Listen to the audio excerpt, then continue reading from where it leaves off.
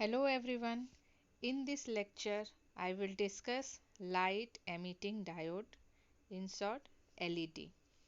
Yes, this is the same LED that we use every day to get light. This means LED is in everyone's home. So let's start to discuss about light emitting diode. To light to discuss light emitting diode, these are the outlines that we discuss one by one. That is, what is the light emitting diode, principle of operation, LED material, LED structure, LED efficiency, biasing of LED, characteristics of LED, types of LED. So let's start with our first point, that is what is LED. A LED is simply a two-terminal PN junction diode which emits light when forward bias is applied across the terminal.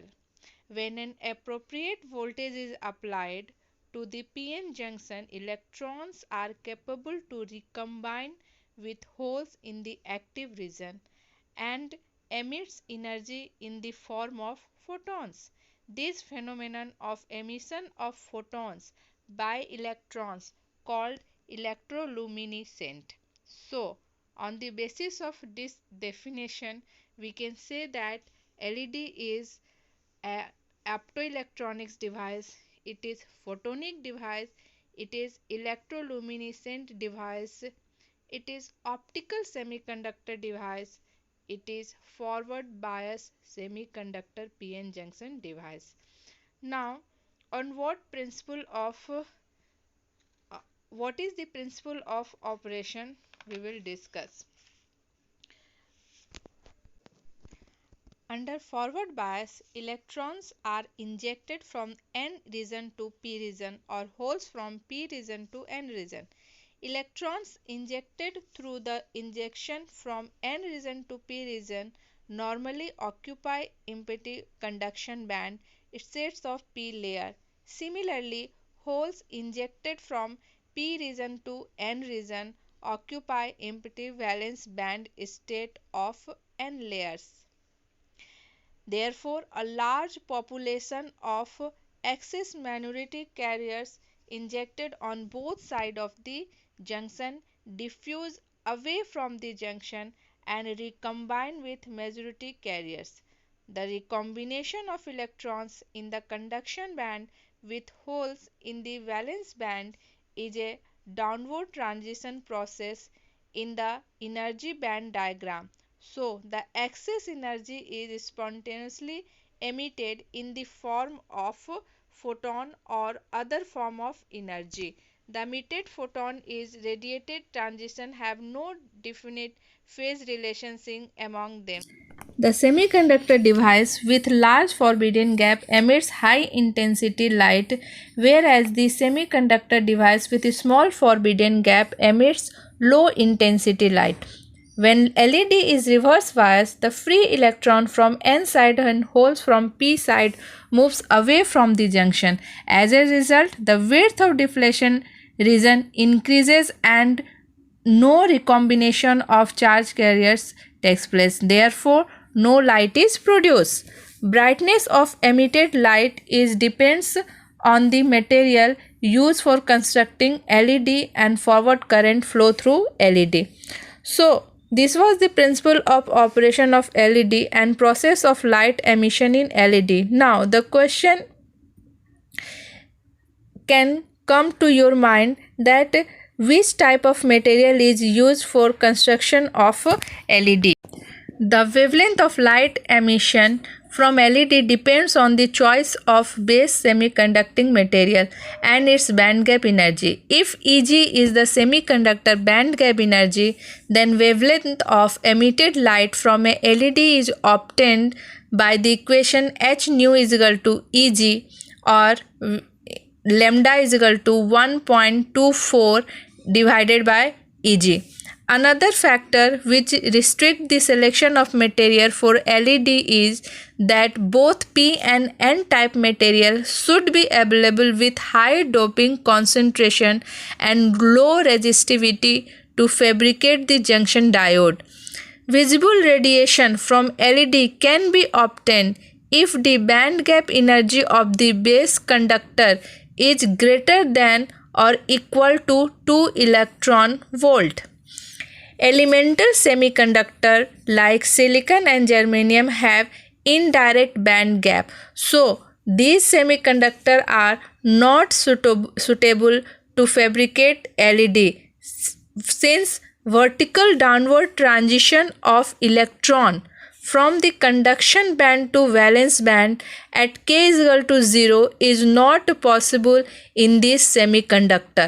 The radiative recombination efficiency of LEDs based on silicon and germanium is therefore low band, and also this LED emits light in the infrared region. Therefore, direct band gap semiconductor material or alloy semiconductor made from elements of different group of periodic table like 3 and 4, 4 and 4, 2 and 6 are good for the LED material. Some semiconductor materials for LED are GAAS, GAN, GAP, etc. Among various LEDs structure design, the most simple and widely used one is planar surface type. A PN junction with very thin P layer as compared to heavily doped wide N layer is grown on low resistive and lattice matched N plus substrate. The external bias is applied through the ohmic contact layers present at the top and bottom, while the emitted light comes from the thin P layer. The injected excess minority carriers are then tried to diffuse away quickly from the junction and subsequently recombined with majority carriers either by radiative and non-radiative ways. The diode should be designed in such a way that it can support the radiative recombination as strong as possible. Under such case, the emitted spontaneous radiation photon energy Bh nu is equal to Eg. The top or the active layer is made thinner than the heavily doped N plus layer for higher efficiency of LED. By using Pn plus structure, the depletion region can be pushed into P region of the junction, where major carriers recombination takes place. Therefore, the emitted photon has the minimum chance to reabsorb by the device material. In addition, by using very high quality material, the trap assisted recombination current is made nearly negligible. Proper care should be taken to design LED device structures so that the LED carrier injection efficiency approaches to unity.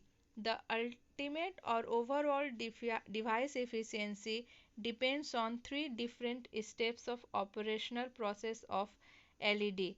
Number 1, forward bias minority carriers generation across the junction through the carrier injection efficiency, photon generation by minority carrier recombination through internal quantum efficiency, and quick transmission of generated photon through the active thin top P layer to the outside of the device for external sensation represented by extraction efficiency.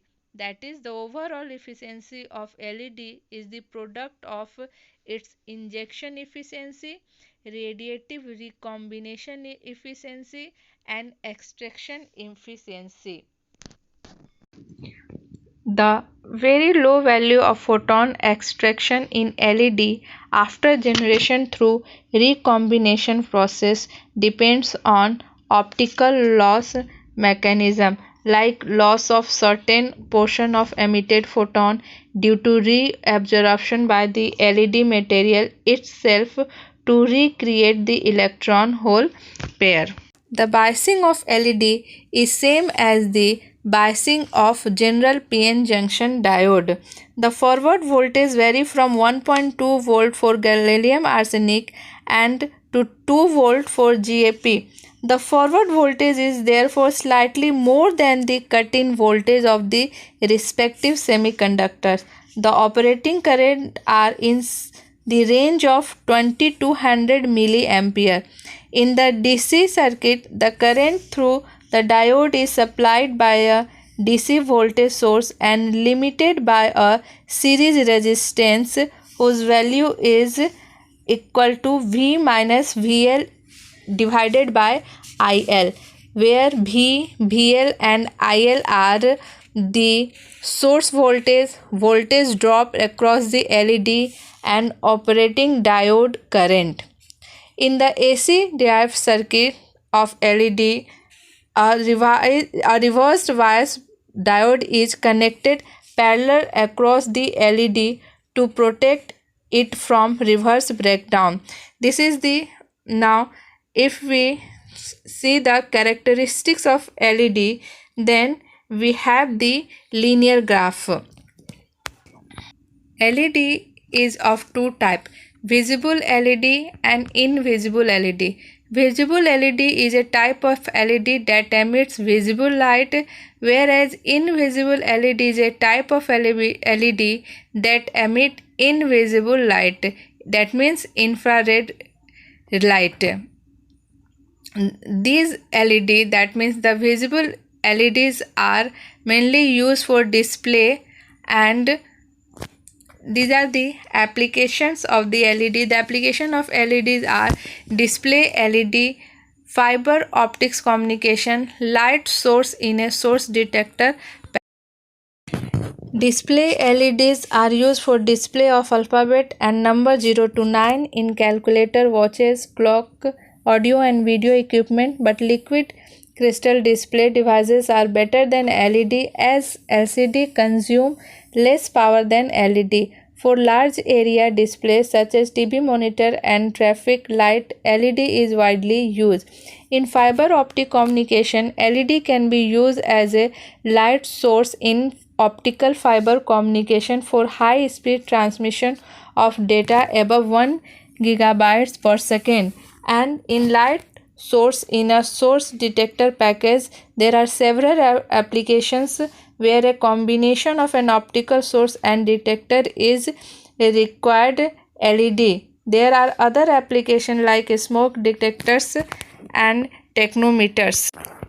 Now these are some questions which is taken from Solid State Electronic Devices book by Jyoti Prasad Bandyopadhyay, and content of this lecture is also from this book, so you can see this book as a reference. These are some questions like what is the basic principle of light emitting diode, why an LED is called injection electroluminescent devices, why does an LED require low forward bias as its operation, what is the criteria to choose the material of LED, what should be the doping level of PN, what should be the doping level of PN junction LED, what are the advantages of an LED, and of course what are the disadvantages of LED, how can you increase the overall efficiency of light emitting diode, how can be injection efficiency of an LED be enhanced, what is radiative recombination efficiency of an LED, how can it be increased. So these are some questions which are given here with the answers. I hope it will be useful for you. Okay, next lecture we will discuss semiconductor laser. Till thank you so much for watching this lecture.